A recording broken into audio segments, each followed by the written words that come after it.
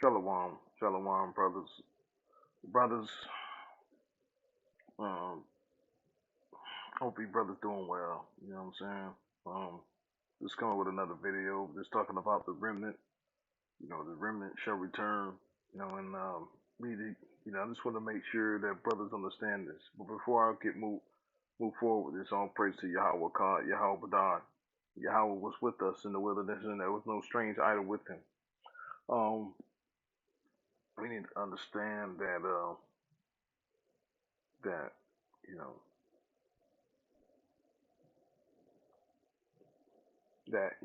and I say this not just to you, I say this to myself, man. I really do. Um, Unfortunately, most of our people are not going to make it. I mean, most of the world is not going to make it too. You know what I'm saying? Not just not just some people, but the world itself. The world is in trouble, and that's why I have to, I say this that we need to be walking very careful on how we live going forward, and seeking the commandments and statutes and judgments and living according to the truth that Yahweh has presented unto us, you know, and revealing unto us of who we are. And now we're calling out to his name, right? Right? And I just wanted something just came to me with regards to how we're supposed to live, and because I noticed that sometimes you have Israelites that come to the knowledge of who they are, and that they know that they are the Israelites, and they go into they go into the Gentile, the Goyim, or Gawayam, into the heathen, and saying like, we the Israelites, y'all gonna bow before us, y'all gonna kiss our feet, just saying, just total nonsense stuff like that. You know what I'm saying? I mean, don't get me wrong, that stuff is gonna happen, but at the end of the day, we wouldn't be in this situation if it wasn't for us, in particular, and our forefathers and us walking in wickedness and abomination of the heathen. We wouldn't be in this situation if it wasn't for us. We need to look at ourselves in the mirror and determine for ourselves, like, hey, I screwed this up. I did wickedness and lewdness before he that dwelt within the cherubim, as well as my forefathers. But you got these Israelites, when they come to the knowledge of who they are, they want to be prideful. They want to be prideful about, pride comes before the fall. But you can't tell some of these Israelites that they want to act like they're God's gift to the earth. You know what I'm saying? And just total nonsense. But anyway, uh,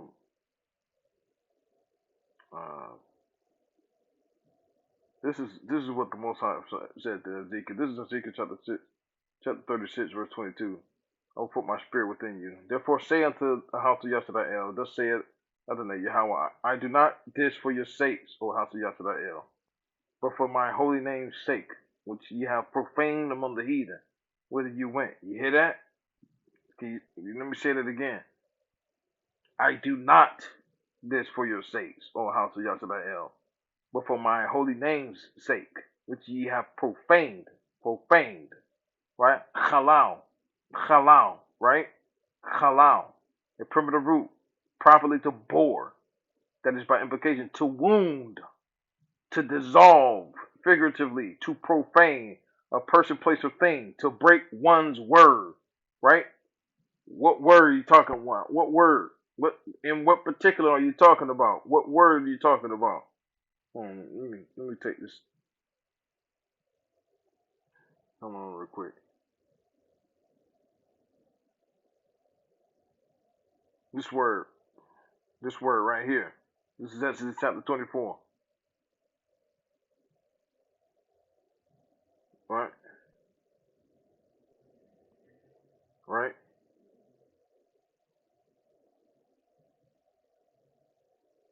Right? This is starting from verse 1. And this is Exodus chapter 24, verse 1. When he said unto Moses, come out unto Yahweh, thou and Aaron, Nadab and Abihu, and 70 of the elders of Yasharal, worship ye afar off. Moses alone shall come near Yahweh, but they shall not come nigh, neither shall the people go up with him. Moses came and told the people all the words of Yahweh and all the judgments And all the people answered with one voice. What?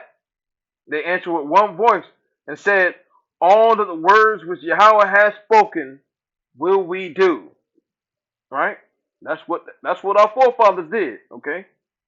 That's what our forefathers did. Did that happen? Did they do that? Did they fulfill the word of Yahweh? I think we know the answer to that. Okay? Let me go back to let me go back. And I will sanctify, this is verse 23, and I will sanctify my great name, which was profaned among the heathen by us, which ye have profaned in the midst of them, and the heathen shall know that I am Yahweh, saith Adonai Yahweh, when I shall be sanctified in you before their eyes. 24. For I will take you from among the heathen, and gather you out of all countries, and will bring you into your own land. Then will I sprinkle clean water upon you, and you shall be clean. From all your filthiness, from all your idols will I cleanse you. A new heart also will I give you, and a new spirit will I put within you. And I will take away the stony heart out of your flesh, and I will give you a heart of flesh, and I will put my spirit within you, and cause you to walk in my statutes. And you shall keep my judgments, and do them. And ye shall dwell in the land that I gave to your fathers, and ye shall be my people, and I will be your power. I will also save you from all your uncleannesses, and I will call you, and I will call for the corn, and I will increase it, and lay no famine upon you. And I will multiply the fruit of the tree, and the increase of the field, that you shall receive no more reproach of famine among the heathen. Then shall you remember your own evil ways and your doings that were not good, and shall loathe yourself in your own sight for your iniquities and for your abominations. Here's critical. You see this? All these things that he's doing it for his holy name's sake. Cleaning you, right? Saving you from your uncleanness. Don't have no pride in this situation that you're in. You know, I have nothing to be prideful of about the situation that I am. I have been revealed of who I am as an Israelite to live according to the commandments, statutes, and judgments of the Most High power, to keep His covenant and His statutes and His judgments and His precepts and His ordinances, which if a man do, he should even live in them. Right? This is nothing for me to glory on. It's nothing for me to boast of. The only thing I can boast is the name of it. Is His set apart name. But this is how we're supposed to be living. Not for your sakes do I this, said Adonai Yahweh. This is what Yahweh wants us to do. Be it known unto you, be ashamed and confounded for your own ways, O house of Yasharal. Again, ashamed and confounded. Bawash, properly to pale, that is, by implication, to be ashamed, to be disappointed or delayed, become dry, delayed, be long, right? Confounded, kalam, be kalam, haya kalam, be kalam, right? Be confounded, properly to wound, but only figuratively, to taunt or insult. Reproach, be put to confusion and hurt and reproach. You know what I'm saying? So don't come around here talking about, oh, we the Israelite, we got you got, like, no, you ain't do nothing, man. This the Most High has to fulfill His word. He has to fulfill His covenant that He made to our forefathers Abraham, Isaac, and Jacob. Right? What did? Hold on, real quick. Right? Son of man, speak unto the elders of Yasharal. This is Ezekiel chapter 20, verse 3. Son of man, speak unto the elders of Yasharal, and say unto them, thus saith Adonai Yahweh, are you come to inquire of me? As I live, saith Adonai Yahweh, I will not be inquired of by you. Would you judge them, son of man, without judge them? Cause them to know the abominations of their fathers, and say unto them, Thus saith Adonai Yahweh, in the day when I chose Yasharal, and lifted up my hand unto the seed of the house of Jacob, and made myself known unto them in the land of Egypt, when I lifted up my hand unto them, saying, I am Yahweh Elah in the day that I lifted up my hand unto them, to bring them forth of the land of Egypt, into a land that I have espised for them, flowing with milk and honey, which is the glory of all lands. Then said I unto them, Cast ye away every man the abominations of his eyes, and defile not yourselves with the idols of Egypt. I am Yahweh Elah. But they rebelled against me. What did they do? This is in the land, okay? When they was in Egypt. When they was in Egypt, seeing all the greatness of Yahweh in Egypt, this is what our forefathers did. But they rebelled against me. They would not hearken unto me. They did not every man cast away the abomination of their eyes. Neither did they forsake the idols of Egypt. Then I said, what did the Most High say? I will pour out my fury upon them to accomplish my anger against them in the midst of the land of Egypt. But I wrought for my name's sake, that it should not be polluted before the heathen, among whom they were, in whose sight I made myself known unto them, in bringing them forth out of the land of Egypt. See, this happened in Egypt, man. So so you got Israelites come and say, "Oh man, we got it, man. We like, dude, you ain't got nothing, man. You could be easily cut off, man. Easily, all of us can be easily cut off, man. And that's why we need to live this walk with humility and the fear of Yahweh. For by humility and the fear of Yahweh are riches and honor and life. That's how we need to be living. Ashamed and confounded, in fear and in trembling. That's how we need to be living. That's how we need to operate in the work. We need to live the life of repentance. Living the life of repentance is critical. Absolutely critical. By not doing these things, by not living according to this particular way, and being prideful, you set yourself up for destruction. You know, we have to depend on the spirit of Yahweh to guide us, teach us, and show us how we're supposed to live. Depending every ounce of strength based on Yahweh, not by our own strength, sacrificing our own strength. See, that is what you have to do. That's what I'm saying. The bullock and the sheep and the goat is a representation of your animalistic, way of life that you need to sacrifice so you can live, so you can be filled with Yahweh. That's how Yahweh shall live. That's why Yahweh shall live. That's why we need to give Yahweh shall that respect, man. Yahweh shall live the temple way of life, man. He lived the concept of the temple. He is, and that's why I think he's a Zedekiah Levite, because he understands the principle. He understands clearly the principle of living the temple life, being the temple man, and that's how we need to live. We need to live that particular way. We need to live that way. We need to mimic that way and imitate that way of life, being as a living sacrifice, holy and acceptable unto the Most High power. Yahweh Allah Yawan. As much as possible. And Dawud, you know what I'm saying? Dawud, the Mashiach, Dawud understood that. You know what I'm saying? And Dawud has to come back. Dawud has to come back in order to reestablish the tabernacle of David.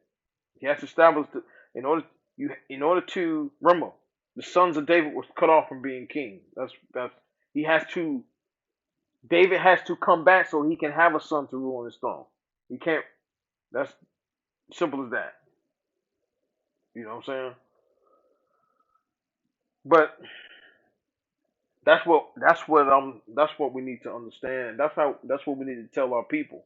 We see our when we see our brothers and sisters being prideful, Like I'm it. It's like we need to be able to like, hey, sister, man, you, nah, man, don't be prideful, man. That we need to nip that in the bud as much as possible, because we have nothing to be prideful about. I mean, we forsook we forsook the Most High power. Has a nation changed? Hold on, let me go to. This is what our forefathers did, man. This is embarrassing, man. You the Israelite, you received the blessing of the Most High power. He called you to be His son as a nation and His wife, right? Hold on, let me get some. This is what our people did, though, man.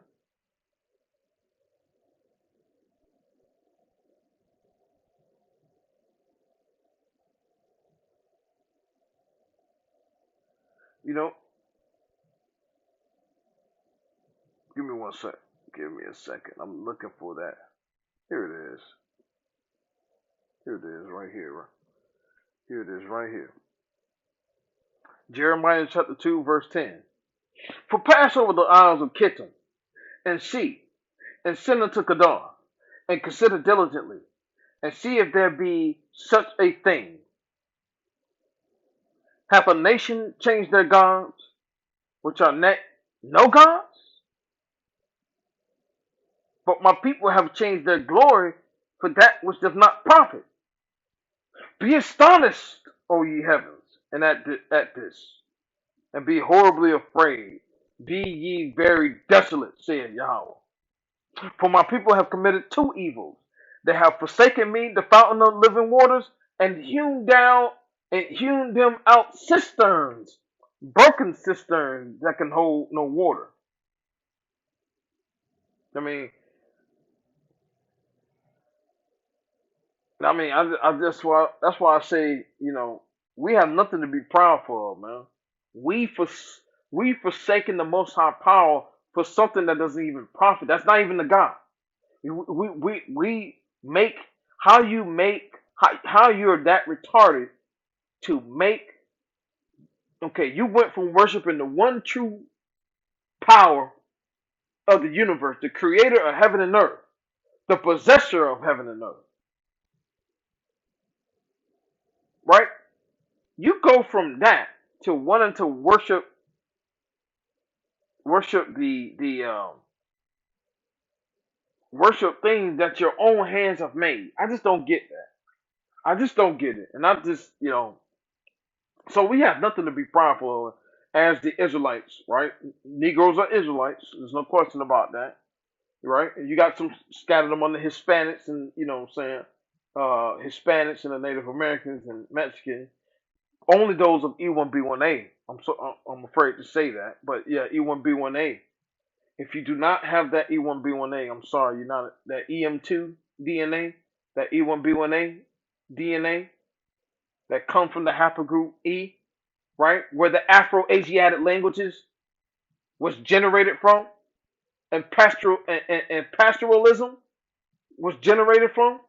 I'm sorry, man. You're not an Israelite. You're not even of Isaac. You know what I'm saying? You're not a Shemite.